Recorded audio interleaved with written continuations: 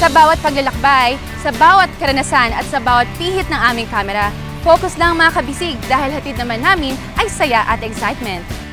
Pinoy in Focus.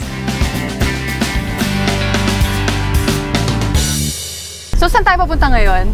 Bayan daw ng Bagak. Ano bang makikita natin doon? May idea ba kayo? So, parang vegan din. Di ba? Last week nasa vegan tayo. And maraming mga beach resorts. Oh, wait lang. Parang may kulang. Nasaan ba ang aking tour buddy? Late na tayo. Baka galit na si Marge sa atin yan. Kong, nasaan kayo? Where are you? Approximately 3 hours away from Manila, ay mararating mo ang munisipalidad ng Bagak sa lalawigan ng Bataan. This third-class municipality is the largest among the 11 municipalities in the city in Bataan. Famous landmarks include Bagak Friendship Tower that symbolizes the renewed ties between Japan and the Philippines. Tourist site ang Bonambon Falls at syempre pa, ang Las Casas Filipinas de Acuzar.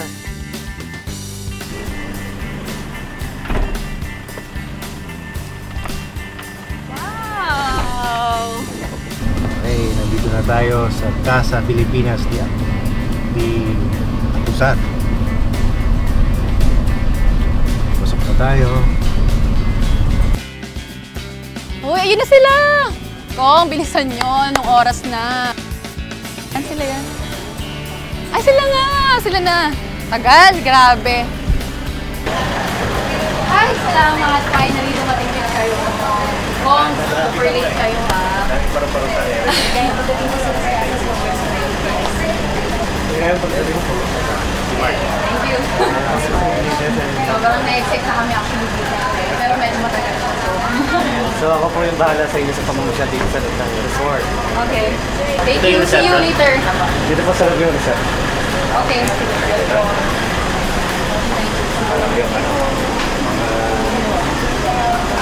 No, not yet.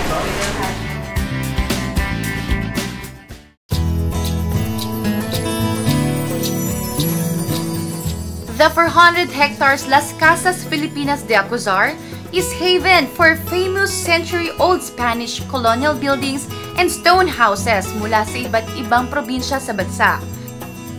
The park, which started its operation in 2010, is considered educational sa mga turistang nagnanais malaman ang kasaysayan sa pamamagitan ng mga kagamitang buhay na saksi sa mga pangyayari noong unang panahon.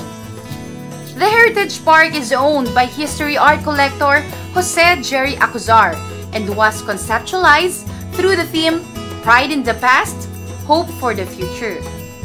These houses were carefully transported from different parts of the Philippines and rehabilitated to their former splendor. Nakakabilib, di ba? Let's start the tour, and our first stop is the Casa Lubao.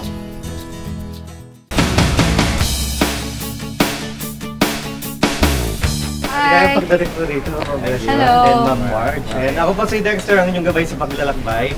So ang una po natin bibisitahin ang bahay, ito pong aming Casa Lubao from Lubao, Pampanga. Ilan taon na to? Actually, ito po yung pinakabatang bahay dito sa Las Casas kasi naitayo po siya in the year 1920. 1920. Pinakabata pa yun. Pinakabata. So yung mag-asawang Arasca po na may-ari ng bahay na to, sila po yung ilan sa mga tao na tumulong sa pagpapaaral sa ating dating presidente, si Mr. Diosdado Macapagal. Kapit-bahay po kasi na before si Mr. Diosdado. So, ito po yung bahay na nagpaaral sa kanya. Okay. So, hindi naman siya tumira dito? Hindi naman po. Pero yung nanay po niya, si Hermana Pangan, kasi parang pagbibigay pasalamat po sa pamilya Arasca, naging labandera dito sa bahay. Ang bahay na to, sabi mo galing Lubao. Galing Lubao po. Pampanga. Opo. No? So, itong bahay ano, binuhat ba to? Dilipat dito? Or binaklas-baklas ba? Yes, tama po kayo, Mark. Yung paglipat po ng bahay dito, hindi po siya parang bayanihan system, ano po. So first, they will dismantle the house carefully sa kanyang original location. And then, piece by piece, planks by planks, ililipat yung parts ng bahay dito and then reconstruct. Transfer ba? Ang hirap nun. Kasabay na po natin yung bahay. So, Para ang masakit galing nyo na po yung shoes. loob niya. Pagbibigay respeto daw. Sige, tagal na. Ayan. So ito na po yung loob. Oh, pasok na po tayo. Tuloy na po. Ayan. Ito na po yung loob ng bahay ng mga Arasca. Malaki yan. So mapapansin po natin, napaka... Pero parang ano, parang Bago pa siya considering 1920. 1920. Pagka-modern. Na-restore yung iba. Original lahat ng mga Original part po ng bahay, most of the original part yung wood parts niya. Ito yung master's bedroom. Master's bedroom. Pasok master's bedroom dati. Talagang malaki yung mga... Talagang yung mga beds dati. Ito po, ano pinasadya? Ito yung salas nila. So, yung dining area, Dining may area. comedor. Ito po yung Bakit ang comedor. dami? Ilan ba silang... Ito Ilan hindi sa ulit. family nila? Lamesa po hindi. Hindi ni original ano. Pero ganito kalaki yung size ng Yes, dining yes. area. Kasi kapampangan po eh. Unang panahon yata pag kumain, nandito yung nanay, Kabisero. yung Kabisero. Tatay, di ba? Tatay, Nanay. sa Mga anak. Tapos mga anak mo. Ang Casa Lubao na nagsilbing garrison ng mga Hapon ay muntik na nating hindi masilayan dahil ito ipinapasunog noong World War II. Pero hindi ito natuloy dahil isa sa mga Japanese colonel ang nagpahinto ng pagpapasunog dahil may utang na loob siya sa mga Araska. Nagsilbi namang gusali ng College of Fine Arts ng University of the Philippines ang Casa Hidalgo, located sa Quiapo, Manila. Ang ating susunod na casa or bahay. Ito naman linipat din o ano? Nilipat Piece din by po, piece sir. din to. Opo. Piece by piece din.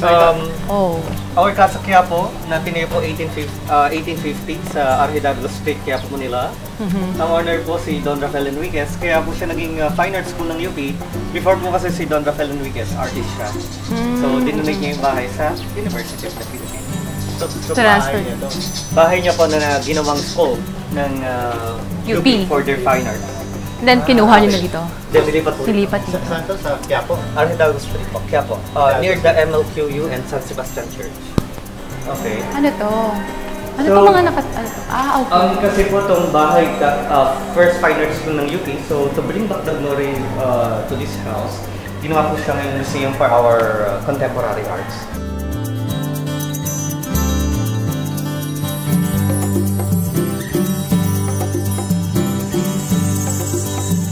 Ikatlo sa aming binisitang old house ay ang Casa Binyan. Ito ay bahay ng half-brother ng ating pambansang bayani na si Dr. Jose Rizal. Ito po yung ancestral house ni Sir Rizal sa kanyang mother's side. Ako bagay yung nanay ni Jose Rizal. Yes po. Ang nakatira dito. Tumira po Tumira. pansamantala. Hindi naman po totally Bumisita, gano'n. tumitira. Pero sino yung na. talagang nakatira dito?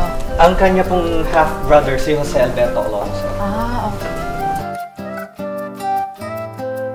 Nagiging uso na ngayon worldwide para nagkakaroon ng theming. Diba? So itong parang lugar nyo, ang theme dito, mga historical places. Yeah, our heritage. So ito yung nagiging attraction niya. Opo. Okay. Sige, saan ba tayo? Bisitahin na po natin yung Casa Bizantina, our Okay. premium hotel. Alright. Alam nyo ba na ang bahay na ito ay itinayo noon pang 16th century at ipinatayo pa ng lola ni Rizal na si Gregoria Alonso? Ang tibay, di ba? Yan, so itong bahay po na to, ito po yung aming Casa Bizantina or Casa Binondo Tres. Galing po sa Binondo, Manilang bahay, tinayo in the year 1890 sa pagmamayari ni Don Lorenzo del Rosario. So ito po yung picture ng bahay noon. Instituto de Manila. Yes, this is the picture of the house in the year 1914 to 1919. In the year 1914, ang Instituto de Manila, inakupahan po itong bahay na to. So dito po sila nagkaroon ng school nila for elementary and high school class. And then in the year 1920, nung inilipat ng Instituto de Manila sa Sampaloc, Manila, siya pong naging University of Manila until now. Okay. Kaya lang, after po nun, itong bahay po na to, after the World War II, tinirhan na po siya, nagsimula na po siyang tirahan ng higit 50 informal settlers family. Pinasok na. Kaya lang, hanggang bago mailipat po dito yung bahay, informal Ito na. settlers pa rin po nakatira. Wow.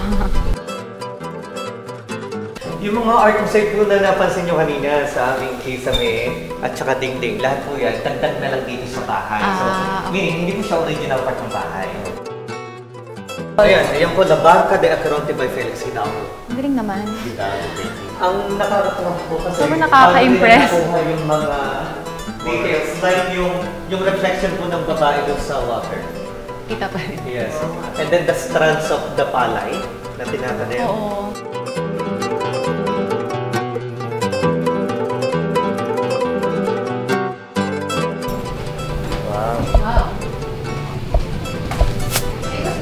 dito mag-stay. Parang mas maganda pala to. Kanina gandang-ganda na ako sa second floor. Mas maganda pa. King size ba to? Mas malaki sa king size. Parang mas malapad pa po siya sa Malapad king siya, size, eh.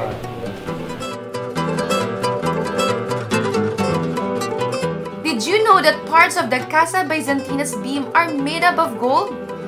Yes, mga kabisig! Kahit mga informal settlers na tumira sa modernong panahon ay hindi alam na totoong ginto ang mga ito. Another first in your Pinoy in Focus gang! Kaya ito ang pinakamahal sa lahat ng rooms nila. Casa Luna serves as a rich repository of the antique collections of Las Casas owner, Jerry Acuzar. But aside from his heritage compilation, Casa Luna has a nostalgic story to tell. Dadaan po tayo sa bulada part ng bahay. Yung bulada part po ng bahay, yun po yung daanan ng mga aliping sagigilid. Ano? Aliping sagigilid. Doon po kasi may dalawang uri tayo ng aliping. Yung aliping na mamahay, aliping sagigilid. Yung aliping na mamahay, sila po yung ordinaryong Pilipino pinagkasundong manilbihan sa isang tao na mas nakakaangat ng antas ng pamumuhay sa kanila. Then, by the word itself na mamahay, sila po yung nakakapasok sa mamahay, nakakapag-serve face to face with their masters. Yung alipin. Sa gilid. Yung aliping sagigilid, Sa gigilid. mga taong naulinga, nabuli sa o natakip sa gera, ginawang alipin from the word itself sa gilid Sa naman gilid ng ng bahay. Hindi sila nakakapasok. Tatanggal po ulit tayo ng cooker. Itong maliit na kanyo, napakatandang kanyo na po yan kasi 1700s pag ginamit, tawag po dyan lantaka. And then an old machine gun that was used during the World War II. Ang liit pa. Ito naman po yung unang labas ng ating kachang de uling. So parang gagawin mo Di ba? Okay. Mas maganda nga daw yan actually. Okay, Kaya kaya lahat siya ngayon. ang nagiging problema Mas lang na kasi, mas mas madali siyang mabigat po kasi siya. Oo. Mas madali siyang na-flat yung damit. Wala, may ganyan ka? No! Dati, yung... Dati ganyan Yung ka. Hindi, meron Yung talaga. makeover. Nagko-collect sila yung parents ko. May ganito. Kaya alam mo yung steamer na, ginagano na yung damit. Ngayon, coffee grinder, vintage coffee grinder. meron din. Ito pa. So, dapat sa nilalagay dito lang. Tapos ito po yung Sa panahon, ito yung dryer. plancha, Plancha? plancha para po, kasi mga damit po natin before, mga naka-almiron. Oh, Like paano? Para pong matanggal yung folds. So, ganito po yung ginagawa nyo. Okay. Mamasa-masa siya. Oo. Bago siya matuloy para matanggal yung folds. I-roll nyo po yung damit dito na may almirol. Tapos, ipapasok mo tong kahoy na sa ibabaw niya. Kaya lang, gagamitin po siya hindi sa kamay. Paa. Oh no, hirap. Kawawa naman sila dati. Ay, thank you ma'am, thank you. Yeah. So, Ay, grabe. it's either you're going to hang or lean against the wall for balance para hindi ka bumagsak. And then pag nakuha mo na yung balance mo, you're going to swing like this. Ay, kailangan gawin yan ni Kong. Kong, you have to try it. Ikaw muna, mukhang... Ikaw muna. Kailangan testingin mo muna yan bago. Na-try na niya, na-test na niya. Kailangan ko i-type ito. Actually, sabi nila, it also serves as a heavy exercise for Filipino ladies. Di ba lahat ng guests, pinapatry yun ito? Pinapatry din mo namin. Muna ka nga. Swing ko. Pero yung bigat nyo, dito lang po map sa ano. Paano? Ano ito? Yung bigat? Dito lang po sa base. Okay, ayoko na. Thank you. Ayoko na. Your turn.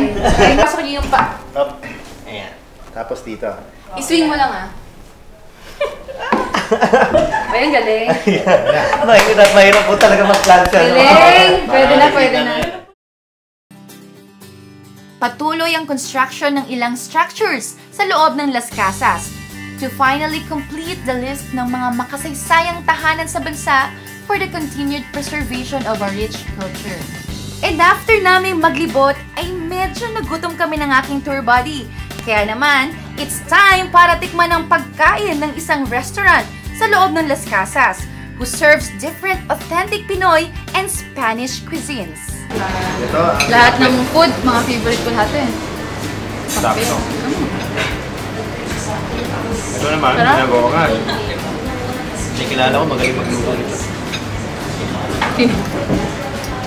Pagka. Oli, ano restaurant to? Mariven Mariman Restaurant. Restaurant. Dito sa Las Casas.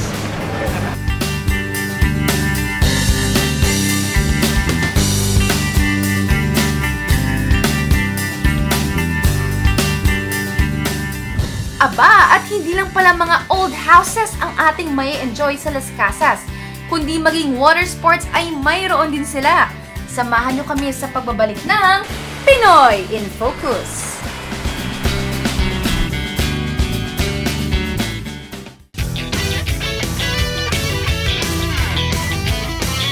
Las Casas surroundings is suitable para sa ating mga turistang ang hangad ay mag-relax at mamasyal.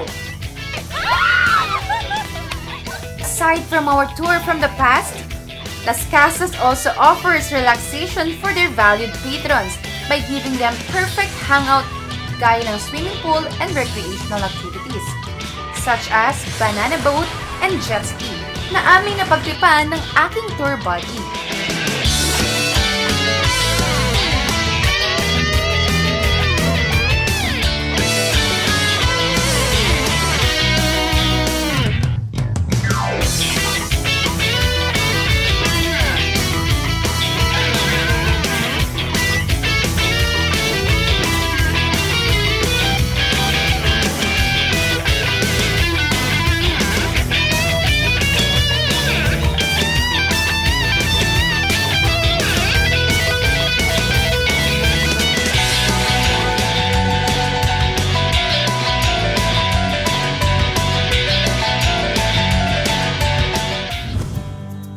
And due to the romantic setting ng Las Casas, hindi dapat palampasin ng tourist couples ang balsa floating along the Umagol River, where you can see the breathtaking sights ng kabuuan ng Heritage Park.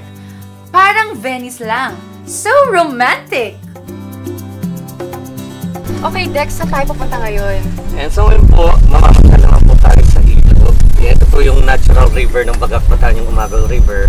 So, ipapasyal naman po namin kayo dito sa Balsa. So, dito po pwede po kayo kung gusto niyo magpaset dito ng breakfast or lunch, pwede rin po dito. Okay. Yes, yan po yung aming church. Pag natapos po yan, simbahan ni San Jose. Ni San Jose. Yun ang itatawag sa kanya.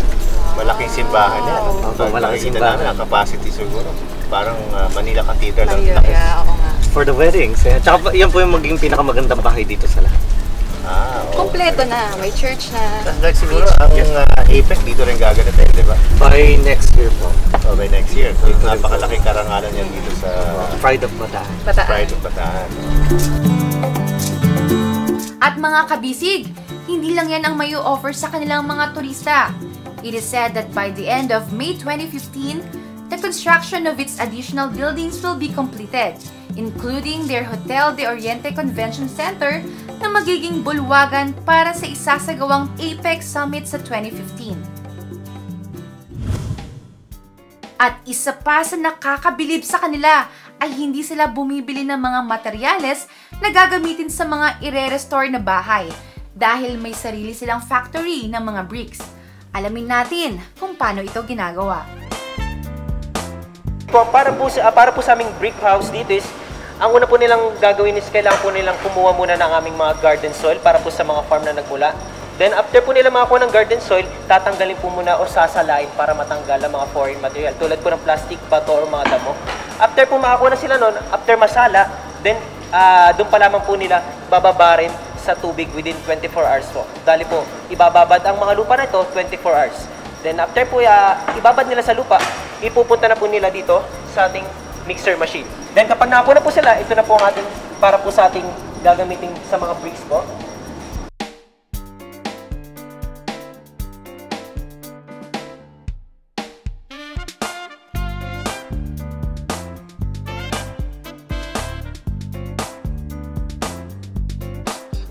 Again po ulit na ipapatuyo ito horizontally.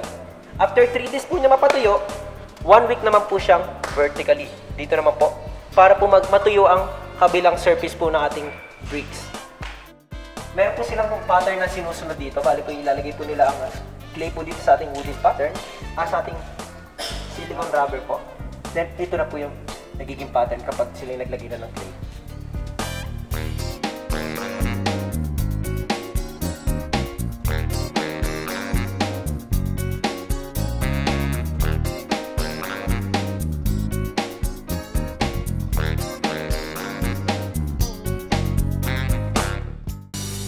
Tunay ngang naisabuhay ng Las Casas ang makulay na kasaysayan ng ating bansa para sa kapakinabangan ng mga kababayan nating nais alamin ang nakaraan. Up next mga kabisig, pasyalan naman natin ang neighboring town ng Bagak, ang munisipalidad ng Morong sa lalawigan pa rin ng Bataan, para dayuhin naman ang cool na resort that gives recreation and leisure for their touring guests. All of these and more when Pinoy in Focus returns.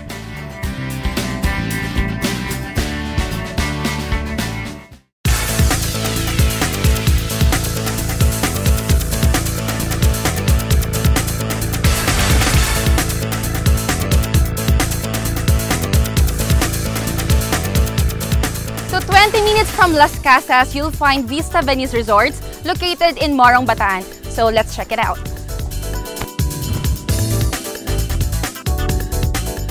The pristine surroundings of Vista Venice will bring you, your family, and barcadas a perfect treat of recreation nestled in spellbinding landscapes. Vista Venice is also perfectly suited for team building activities as it offers you extreme sports such as rappelling, wall climbing, zipline, and airsoft. Alamin naman natin sa manager ng Vista Venice na si Sir Rod kung ano-ano pa ang amenities ang kanilang kayang ibigay sa mga papasyal sa kanilang resort.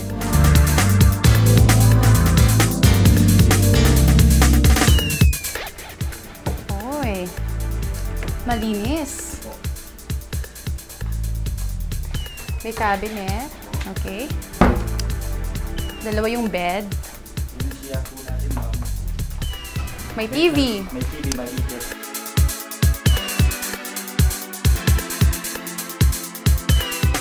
So ito yung superior rooms nyo and magkano po yung presyo nito? Ito po yung superior rooms namin. Ang price po ito ay 4,900. 4,900. Opo. Mas mahal siya. VIP. Opo. Kasi ito po, 8 packs po yung pwede nating i-avail dito. Tapos po, pagka lumagpas ng 8 packs, kasi pwede po kasi yung 12 packs po rito eh. 12 packs? 12 packs, Ang opo. dami to. Sabagay, isang bed, pwedeng 2 tao. Opo. So pag may additional na isang tao, magkano pa yung... Bali, additional 500 po. 500. Opo. Per night po yun. Per night po yun. Pero inclusive of food na rin ba to? Or wala pa? Without po yun. Walang pang Wala food? po. Okay.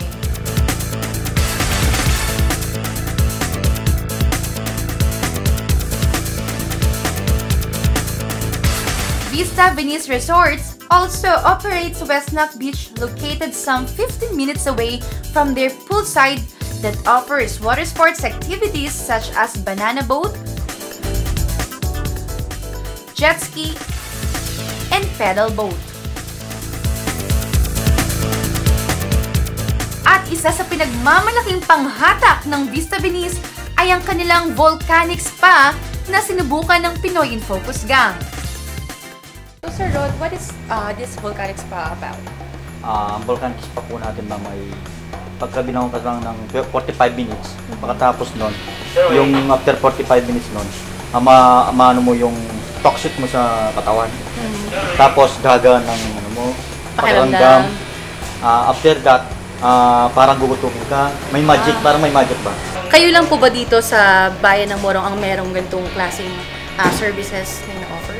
Yes, ma'am. Kayo lang po? Kayo lang po. So ito talaga yung isa sa mga pinupuntahan dito ng mga turista? Yes, ma'am. Okay, sige.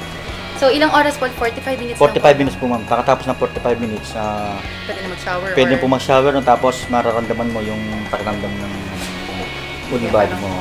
Okay, sige. Let's go. Try na po natin. Opo.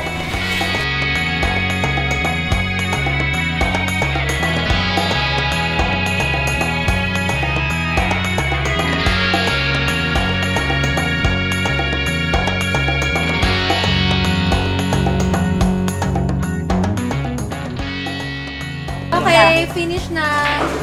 After 45 minutes, ito, tatanggalin na ulit. Nakatulog ako kahit pa. Oh! Sarap ng feeling. Nawala yung mga labig-labig ko sa likod. Sarap. Ayos. So ano pang hinihintay natin? Tara na sa Vista Venice kung hanap nyo ay relaxation sa murang halaga. Nag-enjoy ka ba dito sa Bataan? Yes, super. Kayo po. Okay naman, no? Sobrang Mapapansin mo siguro ang Bataan parang vegan, di ba? Known for its, di ba, preserved century-old houses. Pero itong Bataan, it's parang may something na ano sa kanya. Hindi mo siya mahalin tulad sa vegan. Ano ba yung mga lugar na napuntahan niya, enjoy mo talaga. Kasi pag nandito tayo, naalala kong vegan eh. No? Ang Yes. vegan, tinanghal as 7 new wonder cities of in the world, di ba? So hindi malayo siguro, baka maging Ito rin. recognized na rin as one of the Soon. world tourist attraction. Tapos ang Gimaras, di ba? Gimaras. Actually, napuntahan natin before is yung Negros, of course, sa inyo, yung bayan Yung Negros. Kumusta naman yung Albay? Albay, yun, ang daming mga beaches doon. So, Nag-island hopping kami, and So grabe. kahit pare-pareho mga Sobrang- activities na ginawa natin, island hopping, beaches, Sports activities, sports like activities. mga rappelling, zipline, first time yung mag-zipline. tama. So makikita natin parang kahit pare-pareho activities na ginawa natin, iba-ibang attraction sa bawat lugar na Yes. pinuntahan natin. So hindi kayo magsasawa. So nakakatuwa sa show natin, no, Kong. Very informative din. Hindi lang siya puro travel. At least parang ang dami mo di-discover dito sa mga lugar na pinupuntahan natin. Tama, kahit na yung nakikita natin magagandang tanawin, magagandang mga structures na tinayo nila, Yes. masasarap din ang mga pagkain. Food. No? So isa Yes, siguro sa oo. pinaka magandang nagagawa pag nagpapasyal sa mga lugar na to is yung mga masasarap na pagkain. Pati yung mga heritage sites, diba? Ang Tama dami yun. nating So, napuntahan. So hindi lang parang tourist attraction, nagkakaroon din tayo ng mga kaalaman sa mga lugar-lugar na mga napuntahan natin, mga historical value, katulad nito, no? Nakikita natin dito sa Bataan. Yes, ang Ang dami mga ibang- kwento. Bawat bahay may mga Tama, kwento. rich in history and art. Yes. Di ba? Sa bawat paglalakbay natin, sa bawat karanasan, sa bawat pihit na aming camera. Focus lang mga kabisig dahil hatid naman namin ay saya at excitement. So sa susunod na adventure until next episode, magkita-kita po tayo muli dito pa rin sa Pinoy in Focus.